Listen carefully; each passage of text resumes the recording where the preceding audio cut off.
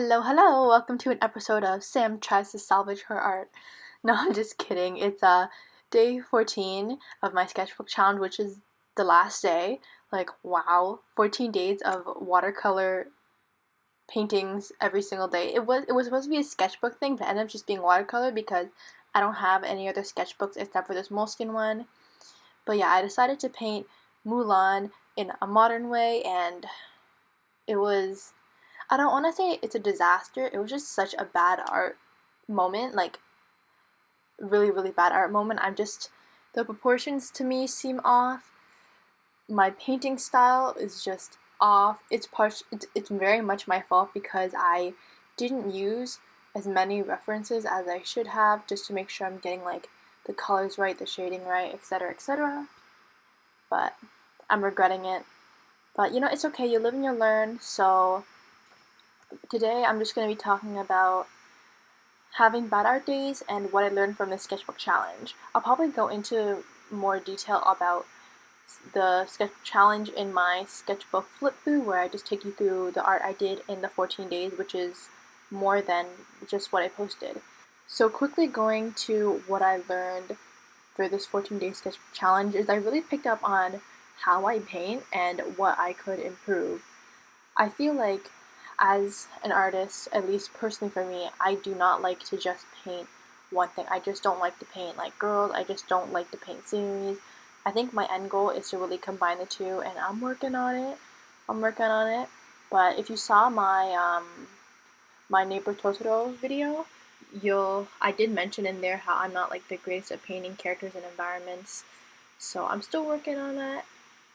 But I'm definitely happy with the progress I made. I feel like I've gotten a lot better at understanding watercolor. Am I still impatient? Yes. Do I still have issues with it? Sometimes when I'm impatient, yes. But overall, I've learned a lot about how to get skin tones in watercolor. Obviously, today is an exception. Today was just But yeah, I ended up using Cobalt Turquoise for the jacket, and I do regret that because it's a very granulating color, and because of that, the jacket didn't have that smooth look to it, which did not make me as excited as I was.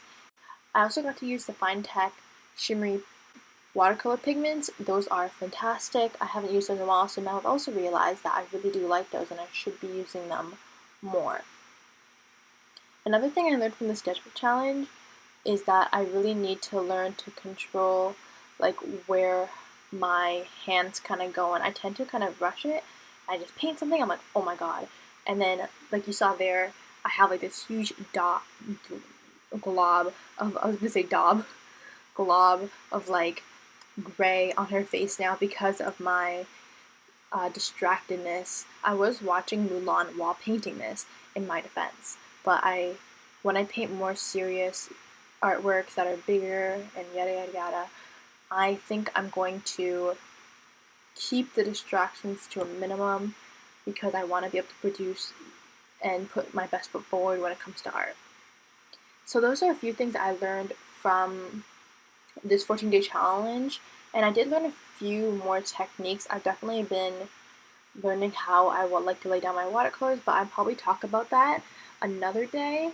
So in terms of this artwork, yeah, like it was just first the skin, first then the jacket, and then I ended up messing up her lips, which you'll see me take note of in the video.